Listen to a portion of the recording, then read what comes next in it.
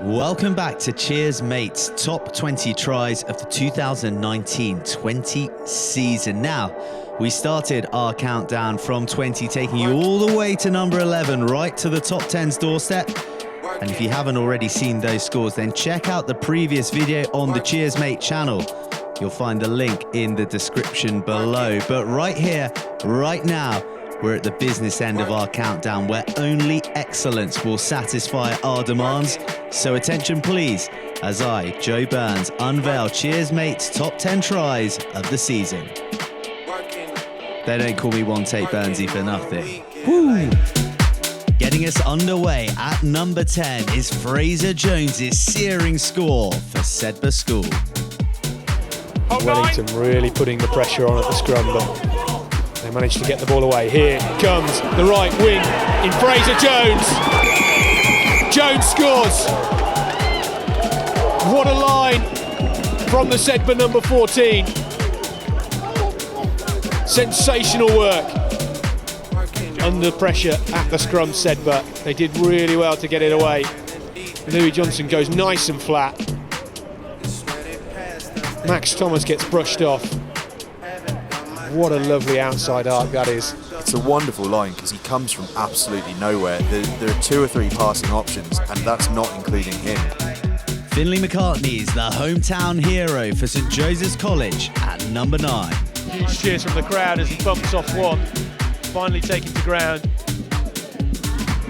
Here comes the captain, Jarno Longaretti. Harry Williams back in his hands. Offloads to Finn McCartney, and the hooker's going to get his second. Yes, he does. Finally slides over. The crowd loving this stuff from St Joe's. Yeah, again, then that rip technique is coming in on a turnover ball. The best time to attack is on the turnover because the defence is unorganised. And Harry Williams there showing us why he's got a 5-year contract with the Scarlets. Keaton Oji's afterburners do the talking at number 8 for Harlequins Academy. This is what they're known for, and that's gone down, but the ref, and we've got advantage to Twins. Oh, nice break there. There's Jamie Benson again, quick hands. Advantage over. Connor Slevin there, feeding Keaton Oji, and the first score of the day has come from the 22 of the Harlequins line all the way through with Keaton Oji. The catch and drive from that line out, absolutely exceptional body positions. We spoke about the slightly bigger Exeter defence, but actually, and we're just seeing it on the rerun now, the body position for Quins gave them that go forward. What was interesting was that Exeter were not actually committing, which allowed Quins to get their bodies in that attack, get that ball moving. Sam Reynolds pounces at number 7 for Sherborne School. Nice chip, he just needs to bounce, and there is the bounce. Great try. And he is through, and that is, we're going to give it to LaCourte because he was wearing 13 at the beginning of the day, and I'm sorry to say, Matty, that's game, set, and match. Yeah, unfortunately there. I think it was a great play from the Sherborne 12 to chip it through. And that's our man Reynolds, sorry actually, it's our man Reynolds, I'm reading the list here wrong. It's our man Reynolds coming through, so he had the big hit down here, and then he comes through. Hampton go the length with Jack Slaney lighting up the St Joe's Festival at number 6. Camera looking down in front of those watching things on the big screen. I'm quite sure what's being played on there at the moment. Tim Lamming collects the ball, tries to come down this near touchline. Lovely one-armed offload inside, lovely out the back door pass. This is maverick stuff from Hampton, back into the hands of Slaney. Can Slaney go the whole way? My word, what a try. Forward roll over the line for Jack Slaney. I think he initially thought the try line was a bit closer, but that was something extraordinary from the Hampton boys. They've woken up now, and that 9 o'clock start against Kirkham wasn't to be for them, but look at this. Harlem Globetrotter stuff. At number 5, it's Keaton Oji's impossible finish for Harlequins Academy. I think it has a really important place in the game. I think it's a really important facet of the game, but I think it's also something that is really important for youngsters to learn. And here we go, Quince. Oh, down the right flank through some more basketball style passing. And despite the attentions of 3 red jerseys, Keaton Oji with a masterful finish in the corner. He was mid-air, careering out of the field of play, but he transferred the ball into his right hand and managed to dot down. Cassius Cleves carves up for Harlequins Academy at number 4. Possible, and there's been some real success stories on the World 7 series of wingers being converted to scrum halves. This is a move there, and there's Cassius. This is the old idea of him there, giving him a one-on-one. And I think it's just played dividends because he is over under the posts. Well, we spoke about that footwork that he showed last week for his try against Gloucester. Perhaps an inspired decision to move him to 9, give him more option on that ball, and he's taken that try absolutely brilliantly.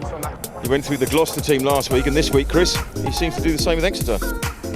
You know, and that's just that, both that footwork before contact, lovely fend, and then that power to go through that final tackle. Love the footwork, absolutely brilliant, and a great finish from the base of the post there. Warwick School turn on the style at number 3 with William Banfield's game breaker. Well, that pass from Aston just a bit wayward. Smith has to think on his feet, and that's a great kick, and it's well collected. I think over the top. Warwick may be in for a sensational finish here. It's picked up, and they've gone over. I think it's Banfield, the captain. Well, that is fabric stuff from Warwick School. And that may be the nail in the coffin for Northampton.